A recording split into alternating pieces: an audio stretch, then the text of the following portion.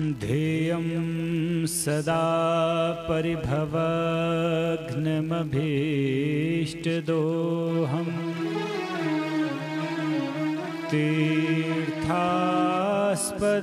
शिवविरिञ्चिनुतं शरण्यम् भृत्यार्तिहं प्रणतपालभवाब्धिपोतम् वन्दे महापुरुष ते चरणारविन्दम्।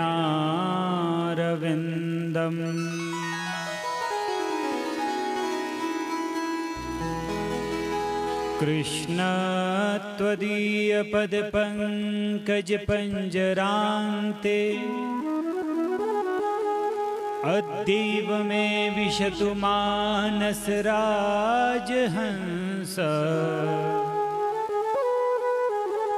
प्राणप्रयाणसमये कफवातपीतैः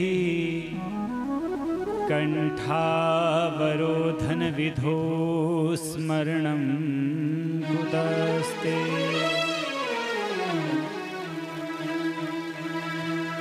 खड्गं चक्रगदेषु चापपरिघाञ्छूलं भुशुण्डिं शिरः शङ्खं सन्दधतिं करैस्त्रिनयनां सर्वाङ्गभूषावृताम्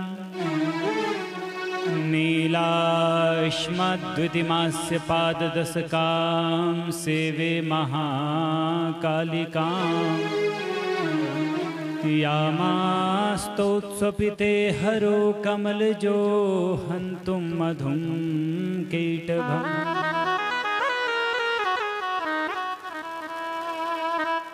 विद्योदामसमप्रभां मृगपति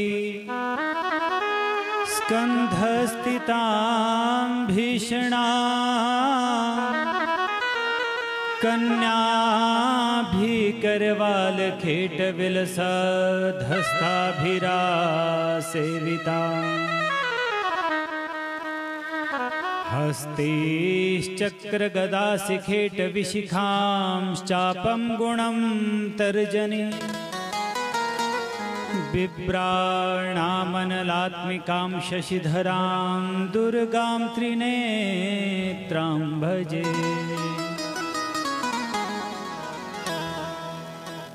जय जय श्री राधारमण जय जय नवल किशोर जय गोपी चित चोर प्रभु जय जय माखन चोर। हरे कृष्णा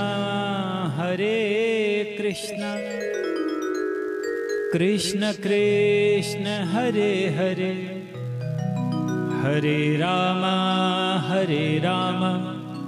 राम राम हरे हरे। और ये श्रीमद्देवी भागवत महापुराण की जय हो। जगदम्बा महामाया के जय हो। यज्ञ पुरुष नारायण भगवान की जय हो। श्री परशुराम भगवान की जय हो। ज्वाला मैया की जय हो। आइए मनवाणी को पवित्र करने के लिए भगवत नाम का आश्रय, तत्पश्चात कथा गंगा में प्रवेश।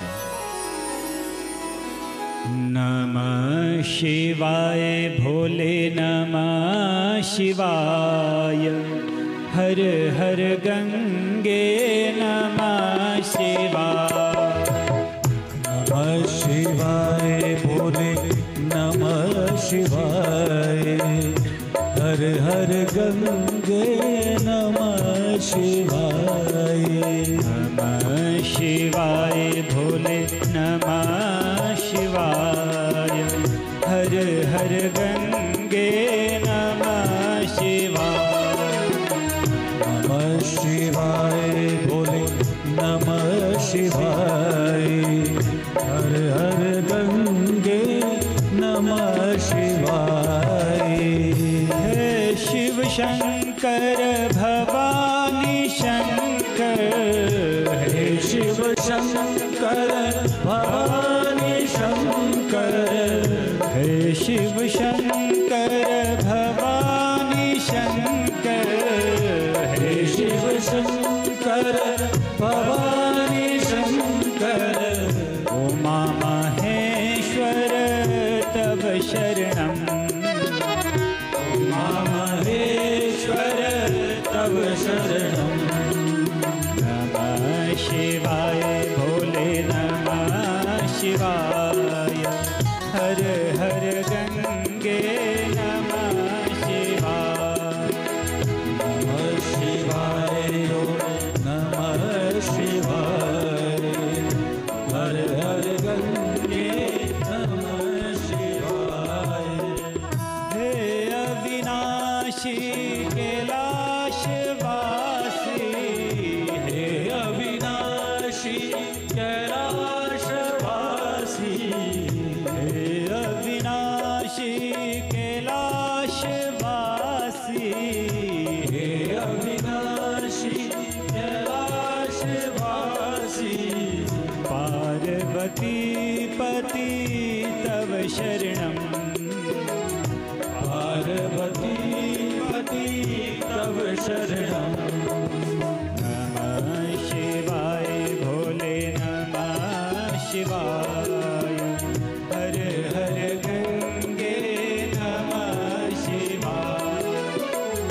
नमः शिवाय नमः शिवाय। हर हर गंगे नमः शिवाय।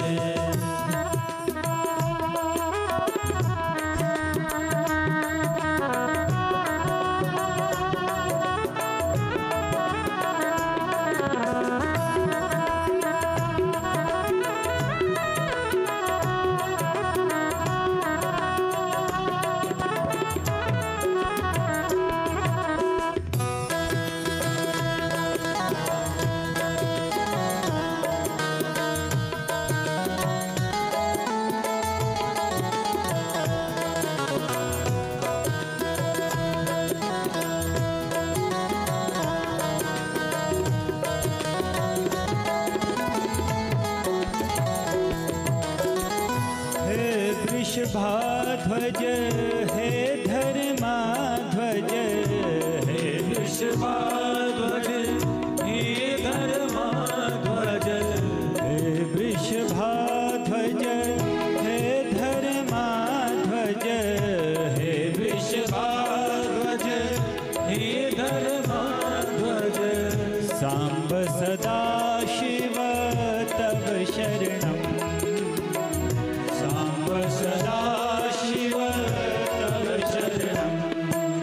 नमः शिवाय भोले नमः शिवाय। हर हर गंगे नमः शिवाय। नमः शिवाय नमः शिवाय। हर हर गंगे नमः शिवाय। नमः शिवाय भोले नमः शिवाय। हर हर गंगे नमः शिवाय। नमः शिवाय नमः शिवाय। हर हर गंगे नमः शिवाय। हर हर गंगे नमः शिवाय। हर हर गंगे नमः शिवाय। हर हर गंगे नमः शिवाय। हर हर गंगे नमः शिवाय। बोलिए जगदम्बा महामाया के। सच्चिया जोता वाली माता तेरी सदा ही जय।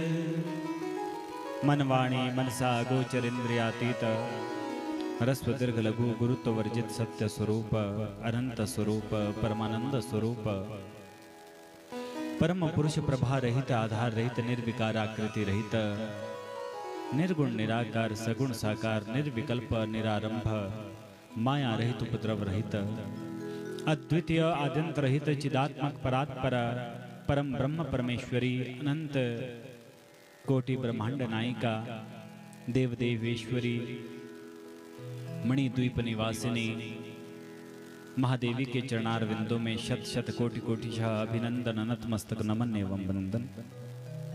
अकारण करुणाकर भक्त वांछा कल्पतरो भक्ति ज्ञान वैराग्य की परम संहिता जगत जननी जगदम्बा का वांग्मय प्रतिस्वरूप श्रीमद् देवी भागवत महापुराण अष्टादश पुराणों में सर्वोपरि पवित्रतम ग्रंथ समस्त स्थान देव ग्राम देव इष्ट देव कुलिष्ट देवों के चरणारविंदों में नमन करते हुए इस भक्ति ज्ञान याग में विप्र बंधुओं के द्वारा मंडपस्थ समस्त आवाहित प्रतिष्ठित पूजित देववर्ग ऋषिवर्ग एवं पितृवर्ग आचार्य महोदय सहित समस्त विप्र बंधु संगीताचार्य सहित समस्त संगीतज्ञ महानुभाव उमा महेश्वर भगवान की कृपा के कृपा पात्र बने हुए समस्त ज्वाला माता मंदिर लाना रावना की कमेटी के समस्त सदस्य वृंद एवं कथा श्रवण के लिए समुपस्थित समस्त भक्त वृंद, जिनमें सबसे पहले मेरी वात्सल्यमयी करुणामयी कृपामयी मातृशक्ति मेरी यौवन बहनें, मेरे भाई बंधु बुजुर्ग और प्यारे बच्चों, आप सभी का व्यास मंच की ओर से हार्दिक अभिनंदन। आप सभी के चरणारविंदों में सदास का शत शत नमन। आप सभी को सदास की ओर से राधे राधे।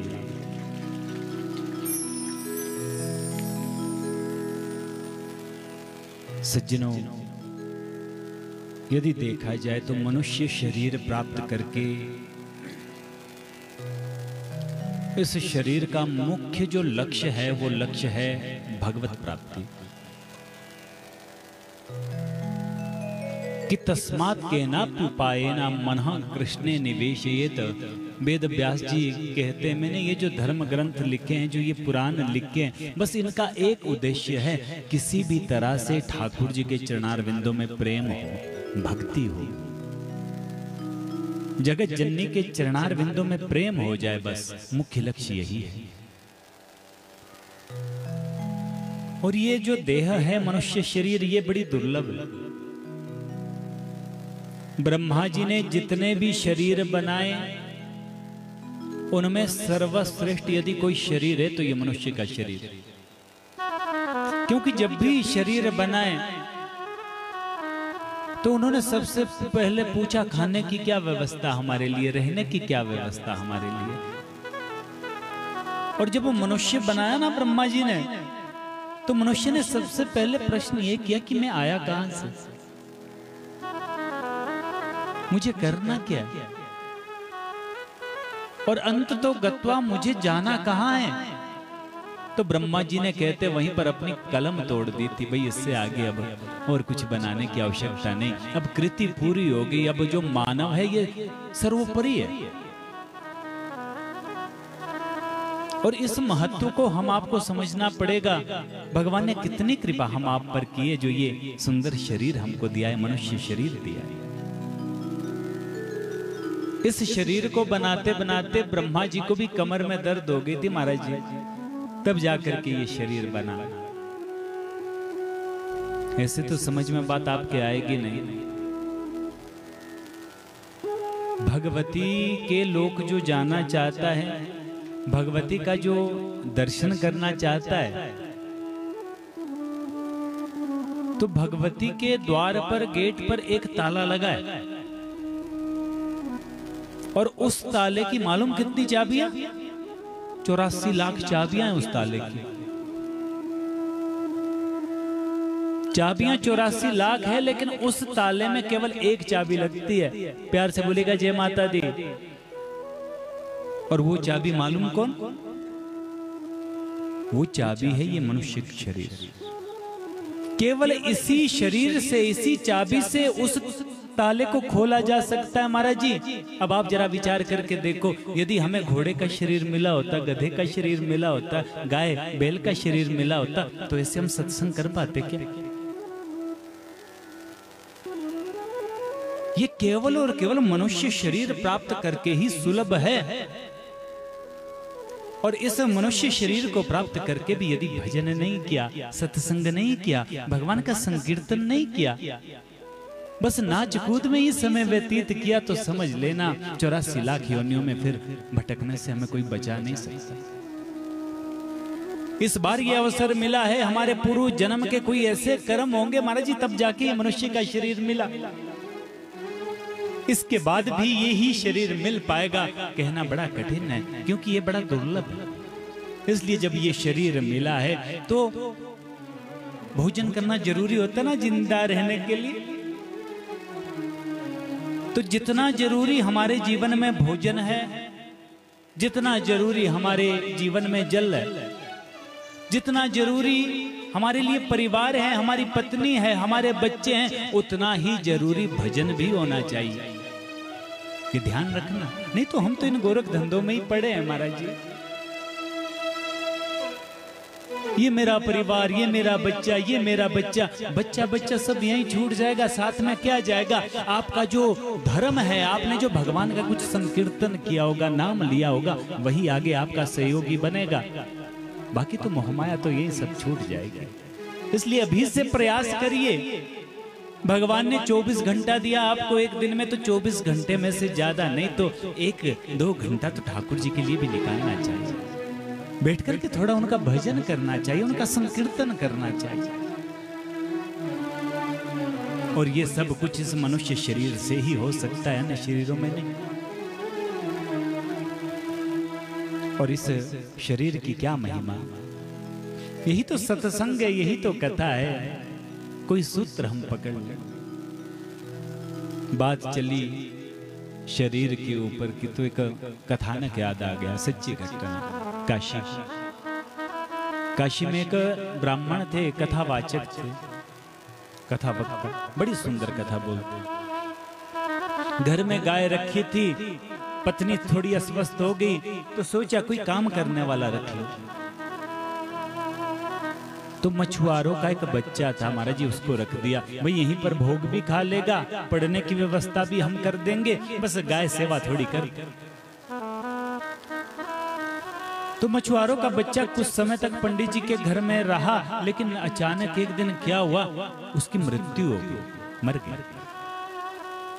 अब उसके माता पिता को बुलाया गया। पंडित जी ने यथा शक्ति उनकी सहायता भी करी, उनको धन भी दिया। भाई मालूम नहीं से हुआ क्या। अंतिम संस्कार किया गया। मछुआरे बेचारे बड़े रोते। 2-3 महीने का समय व्यतीत हुआ, कुछ ठंड का सा समय आया और पंडित जी संध्या बंदन करते थे। देखिए संध्या बंदन हम सबको करना चाहिए महाराज। संध्या संधि काल में होती है ना, नामी संध्या है। जब दिन जाने वाला होता है, रात आने वाली होती है, उसके बीच का जो समय है वो संधि काल है।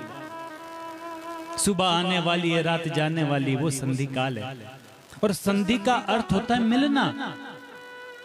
हम जब किसी से मिलते हैं ना तो हाथ मिलाते, गले मिलते हैं। वैसी ही संधि हम संसार से तो कर लेते, लेकिन जिसने हमको ये मनुष्य शरीर दिया उससे भी तो थोड़ी संधि होनी चाहिए, थोड़ी मित्रता होनी चाहिए, थोड़ा धन्यवाद होना चाहिए। और वो कब होता है? तब जो समय मिलते ना, उस समय आप ये समझ लीजिए ठाकुर जी के पास फ्री टाइम होता है, वो सबको फिर देखते रहते हैं। तो संध्या बंदन होना चाहिए जीवन में। तो पंडित जी गए संध्या करने के लिए। जैसे ही अपने कक्ष में गए, द्वार बंद किया, संध्या के लिए माला उठा ही रहे थे, बिल्कुल कोने में देखा तो वो जो मरा हुआ व्यक्ति था, 3 महीने पहले जो मरा था, वो बिल्कुल खड़ा। पंडित जी तो घबरा गए, सारे केश खड़े हो गए पंडित जी। वो कहने लगा, पंडित जी आप डरो मत, डरो मत। अरे मुझे पहचाना नहीं, आपके साथ पास तो रहा करता था गौ सेवा करने के लिए। पंडित जी ने कहा वो तो ठीक है, लेकिन तुम तो मर गए थे 3 महीना पहले। बोले हाँ मर गया था महाराज जी, लेकिन मरने के बाद यमराज के पास गया और हमको जॉब मिल गई, नौकरी मिल गई। यमराज ने हमको नौकरी दे दी। बोले कैसी नौकरी? बोले हमको यमदूत बना दिया उसने। अच्छा, तो फिर यहां पर आना कैसे हुआ? बोले क्या है ना पंडित जी, ये जो पड़ोस में सेठ जी रहते हैं ना, बस उनको लेने के लिए आए, उनका समय पूरा हो गया, बस उनको लेने आए। अरे सेठ जी, वो तो अभी अभी आए थे, उनके पोते का रिश्ता हो चुका है, अभी अभी दिन मैंने दिया है, अभी 2 हफ्ते के बाद, महीने के बाद तो उनके घर में शादी है, मैंने मुहूर्त दिया। बोले पंडित जी वो तो आपने दिया, लेकिन सेठ साहब का ऊपर वाला मुहूर्त पूरा हो चुका है, अब तो उनको जाना है। और उनको ले जाने के लिए 2 मिनट बचे थे, तो मैंने सोचा पंडित जी का भी दर्शन कर लूं, जब यहाँ तक आया हूं तो मैं आपके पास आ गया। अच्छा भैया, तो ये तो बताओ वो मरेंगे कैसे? अभी तो यहाँ से गए बिल्कुल हट्टे कट्टे। बोले पंडित जी मरने के लिए तो बस बहाना चाहिए, अभी देखना उनके उदर में पीड़ा होगी, उनके पेट में दर्द होगी, और बस हम उनको ले जाएंगे। अच्छा भैया वो तो ठीक है, लेकिन तू बता तो सही वहां पर क्या क्या होता है यमपुरी में?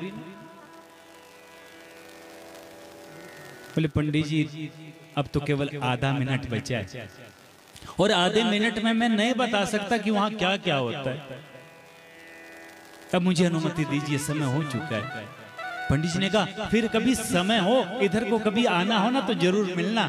उसने कहा जरूर मिलूंगा पंडित जी।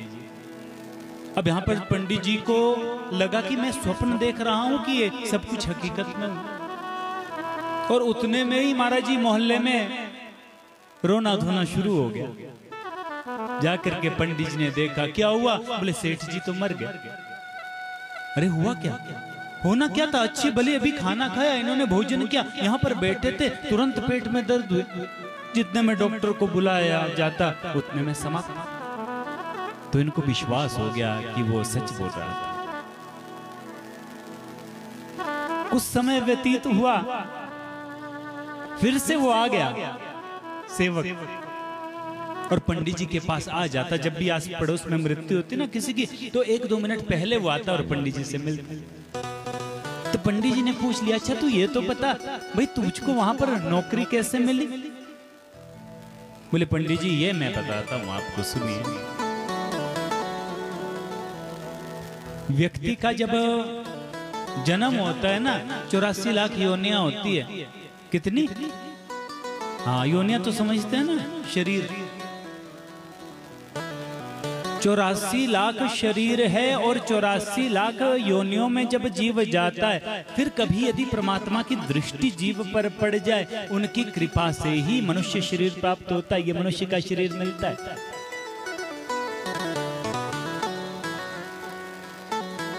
और उसमें जिसने भजन नहीं किया, कीर्तन नहीं किया, दान धर्म नहीं किया, केवल भोगों में ही जो आसक्त रहा, मरने के बाद फिर से उसे 84 लाख योनियों में जाना पड़ता है। फिर 84 लाख योनियों को भुगतने के बाद फिर से ठाकुर जी की कृपा होगी, फिर से ये मनुष्य शरीर मिलता है। और उस जीवन में भी यदि सत्कर्म नहीं किया तो फिर से 84 लाख योनियों में जाना पड़ता है। इस तरह करते हुए जब 100वां जन्म मिलता है मनुष्य शरीर का, और उसने 100वें जन्म में भी सत्कर्म नहीं किया, दान धर्म नहीं किया, तो बोले फिर यमराज उसको अपना दूती बना लेते। भाई तू तो हर नरक को जानता है, किस पाप के लिए कौन से नरक में जाना पड़ता, तुझको तो सब पता लग गया। तेरा अधिकतर समय तो मेरे नरकों में बीत चुका है, इसलिए तू मेरा दूती बन जा। मेरा भी पंडित जी 100वां जन्म था आपके घर में, सत्कर्म तो कुछ कर नहीं पाया, मृत्यु के बाद फिर यमदूत मुझे बनना पड़ा। अच्छा तो वहां पर होता क्या क्या? बोले पंडित जी बस मत पूछिए, बड़ा भयंकर दृश्य है वहां। बोले बताओ ना। बोले नहीं बता सकता, इतना समय नहीं है, अब फिर से जाना है। अच्छा भैया एक काम तो करो, मैं चाहता हूं कि तुम मुझे भी एक बार यमपुरी ले जाओ। ये कोई दंत कथा नहीं है, ये वास्तविकता है। मुझे भी ले जाओ एक बार यमपुरी, मैं भी स्वर्ग देखना चाहता हूं, नरक देखना चाहता हूं सशरीर। बोले क्यों? क्योंकि मैं कथा प्रवचन करता हूं ना, तो इसमें ग्रंथों में तो लिखा है कि इतने नरक मिलेंगे, इस नरक में ये यातना दी जाती है, कहीं आंखें निकाली जाती है, कहीं जीभ खींची जाती है, कहीं पूरे शरीर को उबलते हुए कढ़ाई में डाला जाता है। ये सुना है, लोगों को विश्वास नहीं होता, लोगों को लगता है बस कहने सुनने की बात है। लेकिन मैं जब खुद देख करके आऊंगा ना और यहां पर आकर के सबको बताऊंगा तो सब विश्वास कर लेंगे। बोले पंडित जी सशरीर तो कोई वहां जा नहीं सकता, बिना यम की इच्छा से कोई वहां जा नहीं सकता। बोले तो कभी प्रार्थना करना ना यमराज से, जरूर कभी यदि मौका मिला तो जरूर प्रार्थना करूंगा। चल पड़ा दूध। और इस तरह करते करते करते सज्जनों बहुत समय हो गया। एक दिन की बात है, यमराज खुश हो गए उस पर, दूत पर। यमदूत से यमराज ने कहा भाई तुम्हारा जो काम है ना बिल्कुल समय पर तुम करते हो, जिस जीव का जितना समय है ठीक उसी समय पर तुम उसको उठा करके यहां लेकर के आते हो। कोई इच्छा हो तुम्हारी तो बताओ। हाथ जोड़ के कहने लगा महाराज जी आपके पास रहते हुए मेरी क्या इच्छा होगी, लेकिन हाँ यदि आज पूछना चाहते हैं आप मेरी इच्छा तो एक इच्छा है। इससे पूर्व में जिसके यहाँ रहता था ना वो एक ब्राह्मण है, पंडित जी है, बड़े अच्छे। उनकी इच्छा है कि एक बार वो यम दर्शन करना चाहते हैं, यहाँ पर आना चाहते हैं। यमराज हंस पड़े, यहाँ आके क्या करेंगे? बोले यहाँ के सारे ये नरक देखना चाहते हैं, स्वर्ग का सुख भी वो थोड़ा देखना चाहते हैं अपनी आंखों से। क्यों? बोले वहां पर जाकर लोगों को बताएंगे ना कि यहाँ पर क्या क्या होता है। यमराज हंसते हुए कहने लगे अरे पहली बात तो ये यदि पंडित जी यहाँ पर आ जाएंगे और ये सब कुछ देख लेंगे तो इसको देख करके ही पागल हो जाएंगे, और यदि पागल होने से बच गए तो यहाँ की बात यदि वहां पर सुनाएंगे ना तो वहां के लोग उनको पागल कहेंगे। चलो तुम्हारी इच्छा है ना तो जाओ लेकर के आओ। पंडित जी इस समय सो रहे हैं, उनको लेकर के आओ। पंडित जी तो अपनी चारपाई पे सो रहे थे, चार दूत गए और उनको उनके चारपाई के सहित ही लेकर के आए और यमराज जी के सामने। और जैसे ही पंडित जी की आंखें खुली, भयंकर रूप यमराज का सामने, भयभीत हो गया। दूत ने कहा डरिए नहीं पंडित जी, आपने तो कहा था कि यमपुरी आना है, यमराज जी की कृपा हो गई, आ गए आप यमपुरी। यमराज ने कहा घबराइए नहीं पंडित जी, मेरे दूत की इच्छा थी आप आ गए, अब आपको देखना है ना, नरक देखना है, जाओ देखो। दूत से कहा ले जाओ पंडित जी को दिखाओ सारे नरक। एक दो नरक ही गए थे वहां पर, पहले नरक में गए हे भगवान 10,000 योजन, एक योजन समझ लीजिए 12 किलोमीटर का एक योजन, 12,000 योजन की एक भूमि है महाराज जी जो अंगारों से भरी है, और घुटनों घुटनों तक अंगारे आते हैं, उसमें जीवों को डाला जाता है, पापियों को, वो चिल्ला रहे हैं, इधर उधर भागते हैं, लेकिन अग्नि से छुटकारा नहीं मिलता, इतना बड़ा वो क्षेत्र। ये दृश्य जब देखा आंखें खुली रहेगी पंडित जी की, हे भगवान ऐसा क्यों? बोले महाराज जी बड़े पाप किए हैं, आप आगे चलिए, छोड़िए तो कुछ भी नहीं। आगे गए तो देखा बड़े बड़े गिद्ध वहां पर जीवों की आंखों को निकाल रहे हैं, जीभ पकड़ करके निकाल रहे हैं। ये देख करके हैरान हो गए। पंडित जी ने कहा ये सब क्या? बोले महाराज जी जिनकी आंखें निकाली जा रही ना वो इसलिए क्योंकि इन्होंने पर पुरुष को, पर स्त्री को बुरी नजर से देखा है, और जितने समय तक इन्होंने बुरी नजर से देखा है ना, यदि 1 मिनट किसी के ऊपर बुरी नजर पड़ी है तो 1 मिनट के बदले यहाँ पर 1000 वर्ष भोगना पड़ता है। 1000 वर्ष तक की आंखें निकालते रहेंगे पंडित जी, ये नियम है यहाँ। और ये जीव ये निंदा करने वालों की निकाली जा रही है, जिसने पूरे जीवन भर दूसरों की निंदा करी, उनकी जीवा निकाली जा रही है इन कौओं के द्वारा। जिसने असत्य संभाषण किया, वेद विरुद्ध जिसने बातें कही, दूसरों को जिसने गलत उपदेश दिया, दूसरा झूठा उपदेश दिया। पंडित जी वहां से थोड़े आगे निकले, देखा महाराज जी जीवों को जबरदस्ती पकड़ा जा रहा है यमदूतों के द्वारा, खोलता हुआ तेल है उस कढ़ाई में डाला जा रहा है। अरे ये क्या? बोले महाराज जी ये तो पकोड़े तो तले जा रहे हैं। क्या मतलब? बोले इन्होंने भी ऐसे ही जीवों को तेल में खूब पका करके खाया, अब भोगना तो पड़ेगा। बोया बीज बबूल का तो हम कहां से होए, जैसा हम बीज लगाते हैं ना वैसा ही फल मिलता है। अच्छा, बस भाई अब हमको नहीं देखना नर्क। अरे पंडित जी अभी तो 2-3 ही देखे, ऐसे तो असंख्य है। बोले नहीं बस तृप्ति हो गई, चलो चलो यहां से। यमदूत ने कहा अरे पंडित जी इतने जल्दी आ गए? बोले बस महाराज जी तृप्ति हो गई, यहां तो कभी भूल करके भी नहीं आना चाहिए नरक में। यमराज ने भी हंसते हुए कहा पंडित जी आपको तो आना पड़ेगा, एक बार तो आपको भी आना पड़ेगा। क्यों?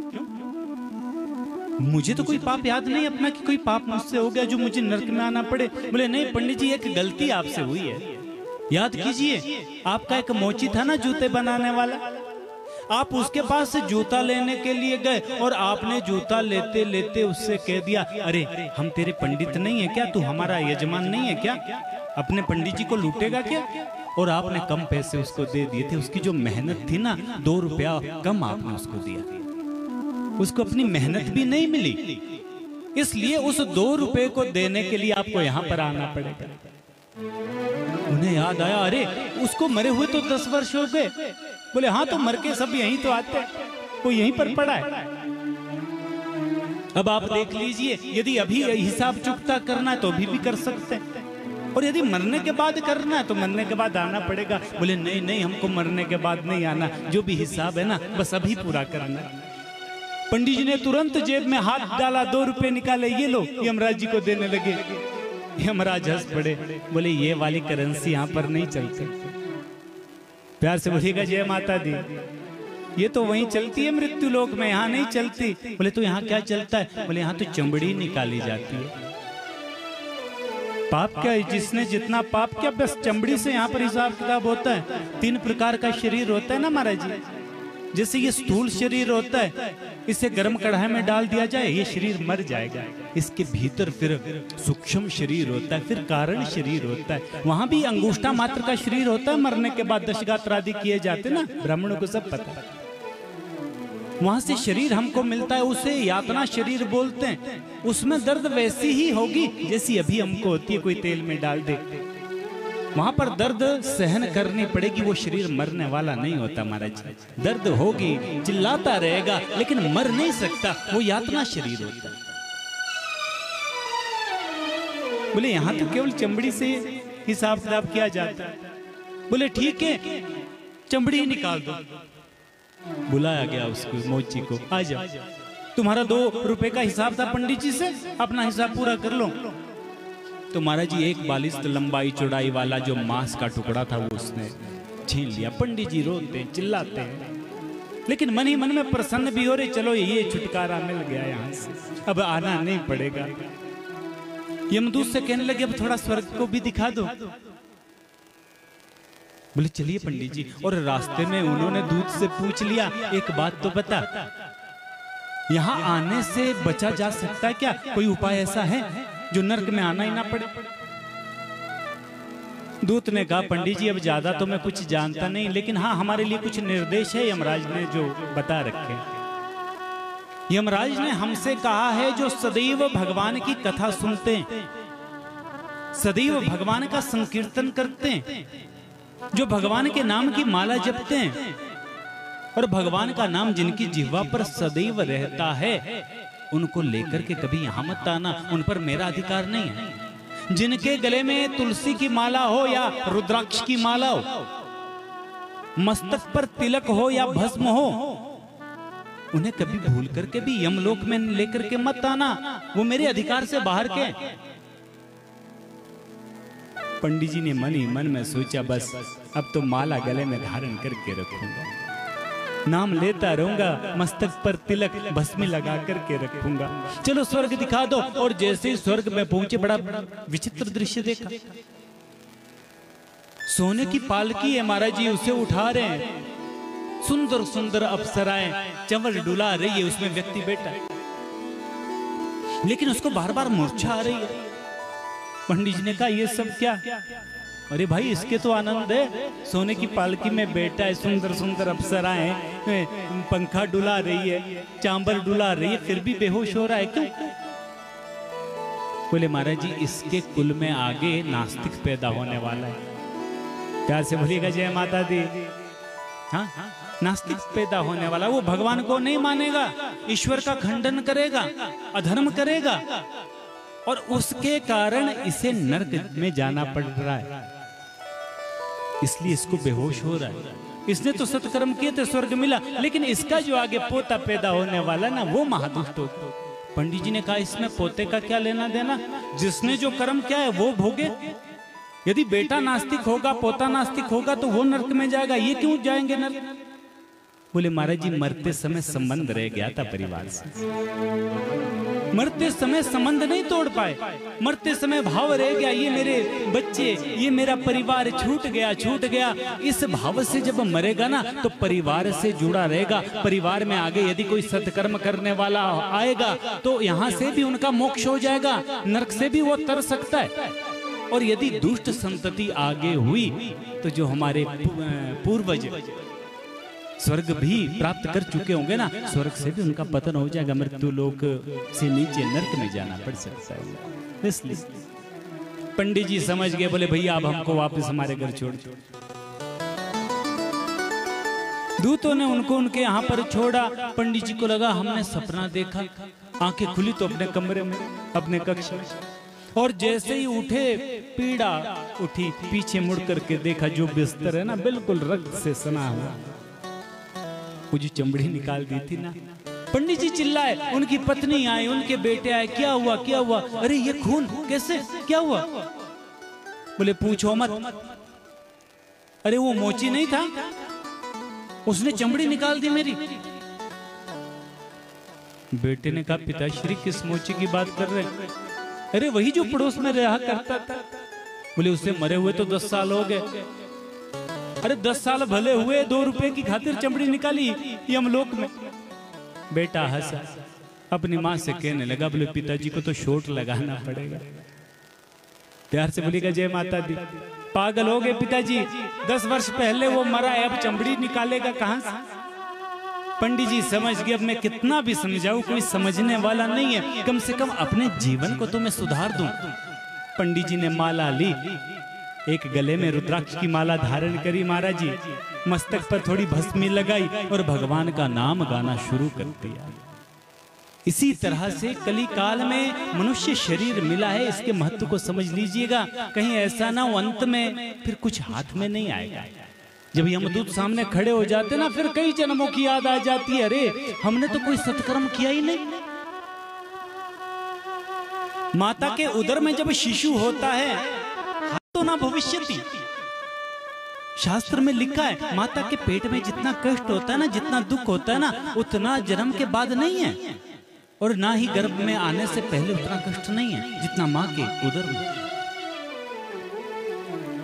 वहां पर आकर के वो प्रार्थना करता रहता है, ठाकुर जी हमें बाहर निकालो, बाहर निकालो, इस जन्म में ऐसा भजन करूंगा, ऐसा भजन करूंगा, फिर कभी गर्भ में ना आना पड़े। और जैसे ही जन्म होता है वैसे ही मुट्ठी बांध लेता है बालक, जो जुड़े हुए हाथ से ना वो खुल जाते हैं महाराज जी, मुट्ठी बांध लेता है।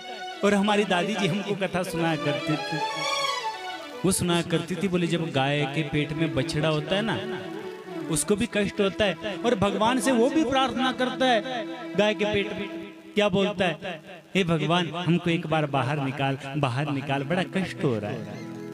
भगवान ने कहा भाई तुमको निकाल के मेरा क्या फायदा?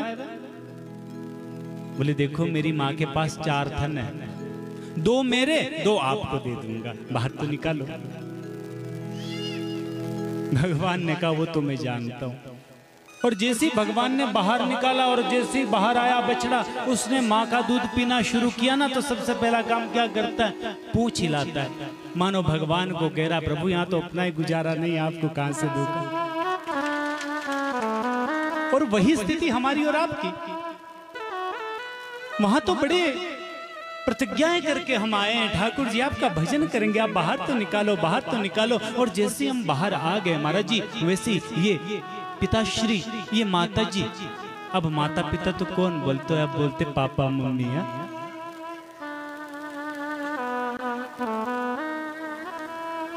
मोह माया में फंस जाते हैं सज्जन।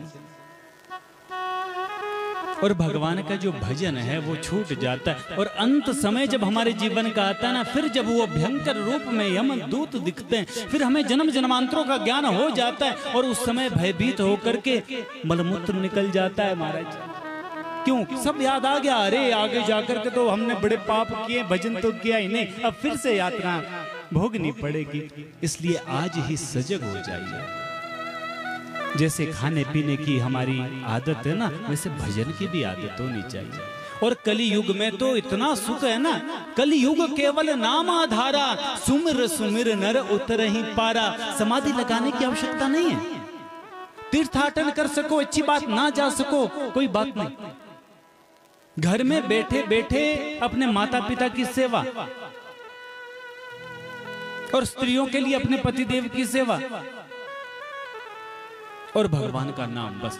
और कुछ करने की आवश्यकता नहीं है। नाम यदि आप लेते रहेंगे, नाम में वो सामर्थ्य है सज्जनों, बड़े बड़े पातकों को विनष्ट कर देता है भगवान का नाम। इसलिए जिसके जो मनिष्ठ है ना, किसी को दुर्गा माता अच्छी लगती है, किसी को शिव अच्छे लगते, किसी को विष्णु अच्छे लगते, जो भी आपके मनिष्ठ है उनका नाम आप लेते रहिए। या तो राम राम कहते रहिए, कृष्ण कृष्ण कहते रहिए, जय माता दी का उच्चारण करते रहिए। ये अपनी आदत बना लीजिए। यही जीवन का सार है, यही जीवन का परम लक्ष्य है। सूत जी महाराज शौनकादि ऋषियों से कहते हैं, ये हमको शरीर मिला, इसका सदुपयोग होना चाहिए। और जो श्रीमद् देवी भागवत ये सब कुछ देने वाली है। और ये कथा मैंने वेद व्यास जी अपने जो हमारे गुरु है, उनके जो पुत्र हुए मेरे गुरु भाई शुकदेव, उनके साथ में मैंने भी कथा को सुना। सूत जी महाराज जी से शौनकादि ऋषि कहते हैं, ये कथा आपने शुकदेव के साथ में सुनी, लेकिन ये शुकदेव है कौन?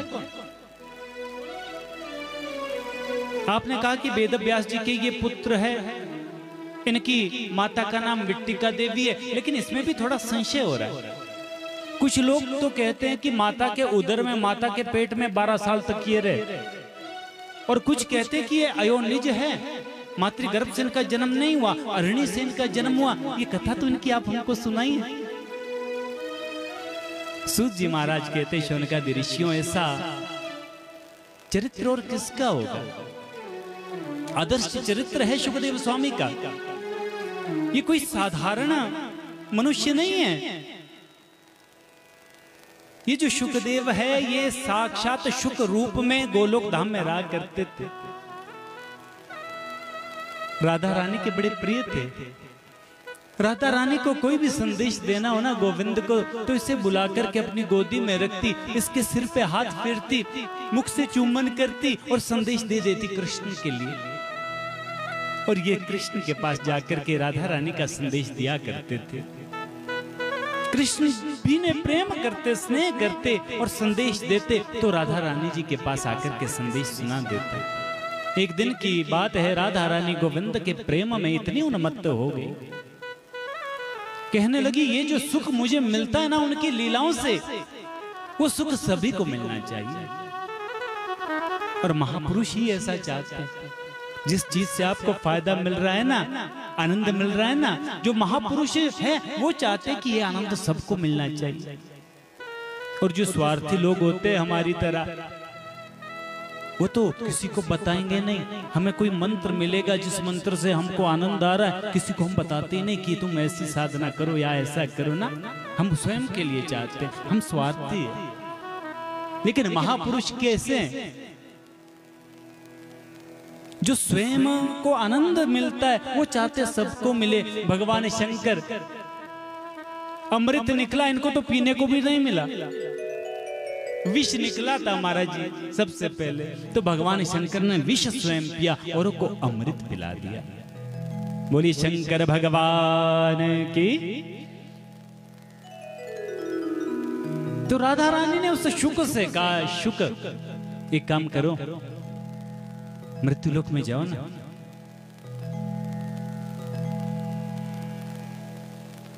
क्यों? बोले तुम मृत्युलोक में जाओगे तो भागवत धर्म का प्रचार होगा, प्रसार होगा। कहने लगा, हमको क्यों भेजती है आप मृत्युलोक में? वहां तो विष्णु की माया है। और विष्णु की माया तो पकड़ लेती है, आपके नाम की जो 2-4 मालाएं मैं जपता हूं वो भी छूट जाएगी, मुझे मत बेचो। राधा रानी ने कहा तुम फिक्र मत करो, मैं तुम्हें वरदान देती हूँ, आशीर्वाद देती हूँ, विष्णु की माया का कोई भी प्रभाव तुम पर पड़ेगा नहीं, तुम जाओ तो सही।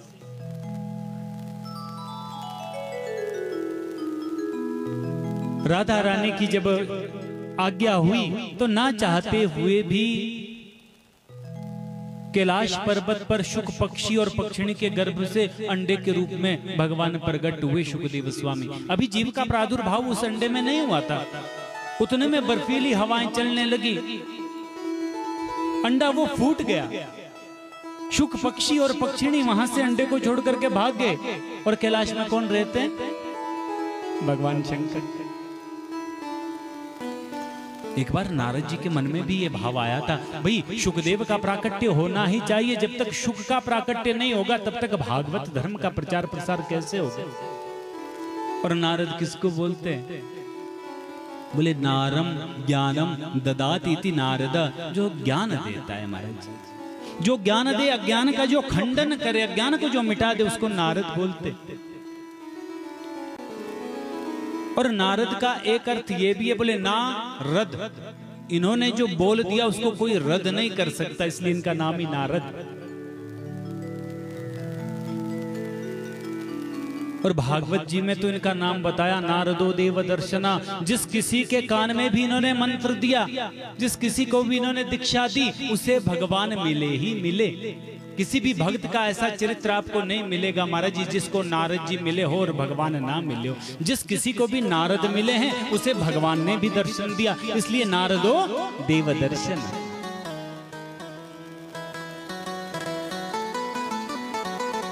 लेकिन इनकी थोड़ी एक विचित्र सी बात भी है। जिस घर में सदैव शांति बनी रहती है, यदि कभी नारद जी उस घर में चले जाए ना, तो समझ लेना उस दिन से उस घर में महाभारत शुरू है, लड़ाई झगड़ा शुरू। और जहां पर लड़ाई झगड़ा होता रहता है, यदि वहां पर कभी नारद जी चले जाए तो समझ लेना हमेशा के लिए शांति बन जाएगी। और आज नारद जी मन ही मन में विचार कर रहे हैं। एक बार मैंने अपने पिता ब्रह्मा जी को, ब्रह्माणी जी को भी आपस में लड़ा चुका हूं मैं एक बार।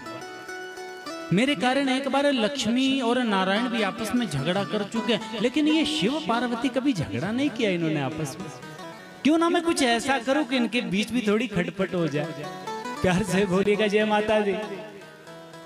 ऐसा विचित्र स्वभाव नारद जी का।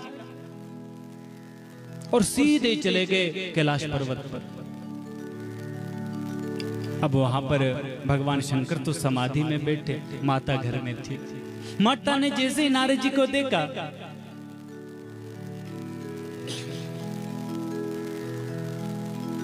उठ खड़ी हुई, आई आइए गुरुदेव, स्वागत है स्वागत है स्वागत है आप। नारद जी कहते प्रणाम करता हूं माता। अब देखिए नारद जी इनको माता बोलते हैं और ये जगदम्बा महामाया नारद जी को गुरु जी बोलती है। क्यों? क्योंकि पार्वती ने जिस साधना से महादेव को प्राप्त किया था ना, वो साधना नारद जी ने इनको बताई थी महाराज जी, इसलिए इनको ये गुरु मानते। और ये तो जगदम्बा है, परम्बा है, आदि शक्ति है, इस नाते नारद जी इनको माता कहते। माता ने पूछा क्या बात है गुरुजी, आजकल आना जाना आपने कमी कर दिया, आजकल आपका दर्शन ही नहीं होता, क्या बात? नारद जी ने कहा माता हमने तो बिल्कुल बंद कर रखा है माँ, ज्यादा कहीं आते जाते नहीं। क्यों? कि सुर नर मुनि सबकी यह रीति, स्वार्थ लाग कर हूं सब प्रीति। हमने सब देख लिया संसार, चाहे ऋषि हो, मुनि हो, देवता हो, यक्ष हो, गंधर्व हो, संत क्यों ना हो, जब तक तो स्वार्थ लोगों का छिपा रहता है ना, तब तक तो आपके आगे पीछे डोलते रहेंगे। और जैसे ही स्वार्थ सिद्ध हुआ फिर तो पहचानते भी नहीं। और जहां पर सच्चा प्रेम ना हो वहां फिर जाना क्या, क्यों जाना? इसलिए हमने आना जाना छोड़ रखा है। माता ने कहा आपसे एक बात कहूं गुरुजी, यहां पर आप कभी भी आ सकते हैं, यहाँ पर कोई नाटक नहीं है प्रेम का, यहाँ वास्तविक प्रेम आपको मिलेगा, कोई दिखावा नहीं होता यहाँ प्यार का। मुझ में और महादेव में तो इतना प्रेम है, इतना प्रेम, आपको क्या बताऊं। अच्छा माता, ये तो बड़े आनंद की बात है। नारायण करे आपका जो प्रेम है वो उत्तरोत्तर बढ़े, लेकिन आप क्या जानती है कि सच्चा प्रेम किसको बोलते? माता ने कहा किसको बोलते? बोले सच्चा प्रेम जहां पर होता है ना, वहां पर कोई बात छुपाई नहीं जाती। अरे नारद जी, मैंने कब बोला कि हमारे बीच कोई बात छुपाई जाती है? अब आप सुनिए, जिस मंत्र का जाप हम करते हैं, जो मंत्र हमें गुरु से मिला है, उस मंत्र का जब जाप किया जाता है, उस मंत्र को किसी से बताया नहीं जाता। शास्त्र कहता है गोपनीयम गोपनीयम गोपनीयम, प्रयत्न तो उसे गुप्त रखो। लेकिन मेरे पतिदेव ने तो सबसे पहले आकर के मुझसे कहा, देवी मैं राम नाम का जप करता हूं। बताओ कितना प्रेम मुझसे करते। ये तो कुछ भी नहीं। नेत्र बंद करके जगत जननी का हम ध्यान करने बैठते हैं, भगवान का ध्यान करने बैठते हैं, और जिस झांकी का हमें ध्यान होता है ना सज्जनों, वो किसी को बताना नहीं चाहिए। लेकिन माता पार्वती कहती है, मेरे पतिदेव तो नित्य प्रति आ जाते हैं और कहते हैं, देवी आज तो मैंने पीताम्बरधारी श्री कृष्ण का दर्शन किया, आज तो मैंने हाथ में धनुष बाण लिए राघवेंद्र का दर्शन किया, राम का दर्शन किया। अब आप बताइए कितना प्रेम मुझसे करते? अरे माता, ये तो बड़े आनंद की बात है। मेरी तो सारी चिंताएं दूर होगी। महादेव जी है कहाँ? बोले वो तो समाधि में कहीं बैठे होंगे। बोले कोई बात नहीं, मैं उनसे कुछ पूछने आया था, पर आप दोनों में तो इतना प्यार है, आप में तो कोई बातें छुपी नहीं है, इसलिए जो बात महादेव से मुझे पूछनी है ना, मैं आपसे ही पूछ लूं। बोले हाँ हाँ पूछो। माता, मेरी समझ में एक बात नहीं आई, देवादिदेव महादेव मुंडों की माला धारण करते, उस माला में किसके मुंड लगे? बस यही पूछने आया था। माता कहने लगी, वो प्रेम तो बहुत करते हैं, लेकिन कभी बताया नहीं कि इतना काफी था। नारद जी उठ खड़े हुए, क्या? अरे जिस माला को भोले बाबा 24 घंटा अपने गले में लटका करके रखते हैं, उस माला में किसके मुंड लगे आपको नहीं बताया? और आप कहती है कि बहुत प्रेम करते हैं। बस माता जी अब अनुमति दीजिए। इतना काफी था। नारद जी निकल गए और बाहर तो शंकर भगवान भी आते हुए दिखे। इशारे इशारे में नारद जी ने प्रणाम किया और इशारे में महादेव जी से कह दिया, जल्दी जाइए, माता जी याद कर रही है। शंकर भगवान भी मुस्कुरा करके कहने लगे, आप घर होकर के आए हैं तो जरूर याद कर रही हो, जरूर याद कर रही हो। और यहाँ पर माता ने क्या किया? मलिन वस्त्र धारण कर लिए और सीधी गई कोप भवन में। कोप भवन तो जानते हैं ना, आजकल तो नहीं बनते, पहले बनते थे। जब माताएं खुद नाराज हुआ करते थे ना, तब बना करते थे। माताओं के रूठने का कमरा होता था कोप भवन, द्वार पर लिखा होता था, बोर्ड लगा होता था कोप भवन। जब कभी माताएं नाराज हो जाया करे तो उस कोप भवन में चली जाया करती थी। फिर पतिदेव मनावे मनुहार करे, तब जाके कहीं मानती थी। लेकिन अब तो जरूरत ही नहीं महाराज जी, अब तो पतियों के लिए होना चाहिए कोप भवन। प्यार से बोलिएगा जय माता दी। तो कोप भवन में चली गई। भगवान शंकर आए, पार्वती को कहीं देखा नहीं, माता को कहीं देखा नहीं। आवाज दी, पार्वती, अरे ओ अपर्णा, अरे दाक्षायणी, कहां हो? बार बार बुला रहे हैं, कोई प्रत्युत्तर मिला नहीं। भगवान शंकर को भी थोड़ा क्रोध आ गया। शंकर भगवान ने भी जोर से कहा, अरे ओ काली। और जैसे काली कहना था, कोप भवन के जो द्वार थे महाराज जी पटाख से खुल गए और माता भगवती धम धम धम धम करते करते भगवान शंकर के सामने खड़ी हुई। बोले आप मुझको काली बोलते हो? मैं तो देखने में काली हूं, बाहर की काली हूं, आप तो बाहर के भी काले और भीतर के भी काले। शंकर भगवान ने कहा, देवी हुआ क्या? बस रहने दीजिए, आप मुझसे प्रेम नहीं करते। अरे देवी ऐसा क्यों लगता है? बोले मुझे सब पता है।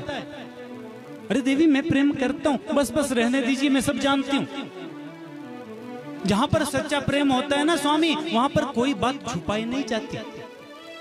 वो तो भला हो नारद जी का जिन्होंने मेरी आंखें खोल दी। शंकर भगवान ने कहा, देवी कुछ ज्यादा ही खोल दी। क्या मतलब? नहीं नहीं हुआ क्या?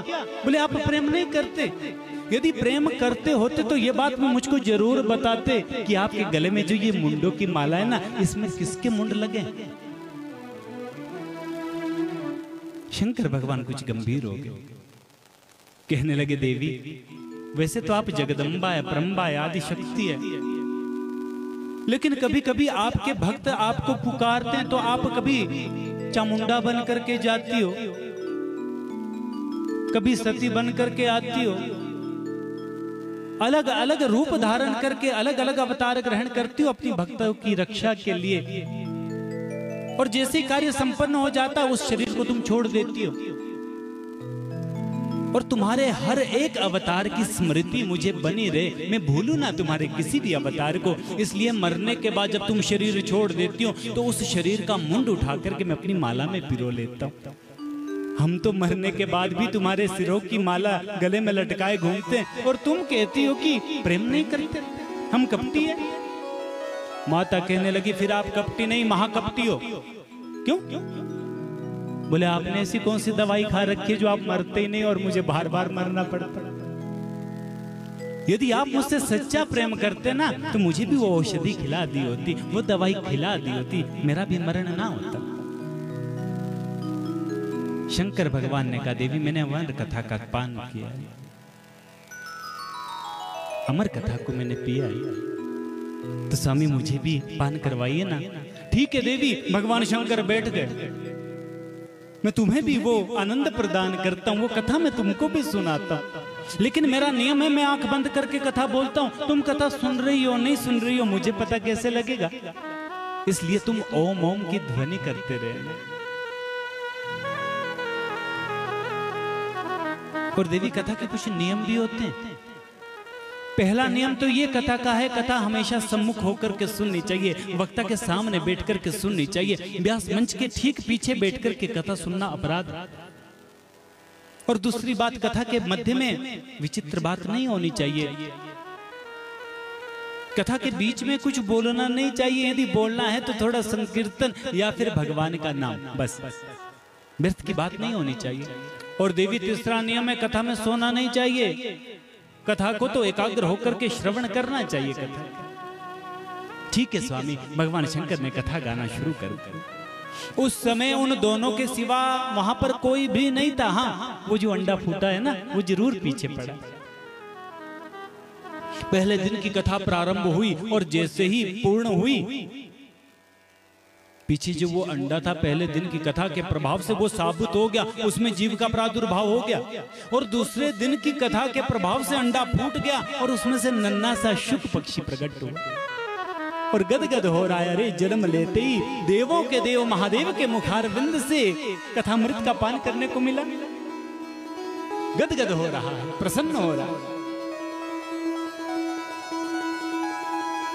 तीसरे दिन की कथा हुई, चौथे दिन की कथा हुई, पांचवें दिन की कथा चली थी।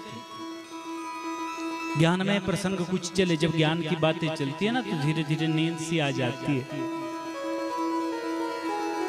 माता को भी थोड़ी नींद आ गई। भगवान शंकर कहने लगे देवी, उद्धव ने प्रश्न किया श्री कृष्ण भगवान से, योगेश योग विन्यासा, आप तो योग के ईश्वर है, योगेश्वर है, वैराग्य किसको बोलते, त्याग किसको बोलते। ये बातें जब चली तो माता को नींद आ गई। कई बार हो जाता है ना, सुस्ती में आ जाती है नींद महाराज। अब ऐसी कथा थोड़ी ना थी जैसी मेरी और आपकी हो रही है, 3 घंटे की कल हुई, 3 घंटे की आज हुई, 3 घंटे की कल होगी, ऐसी नहीं।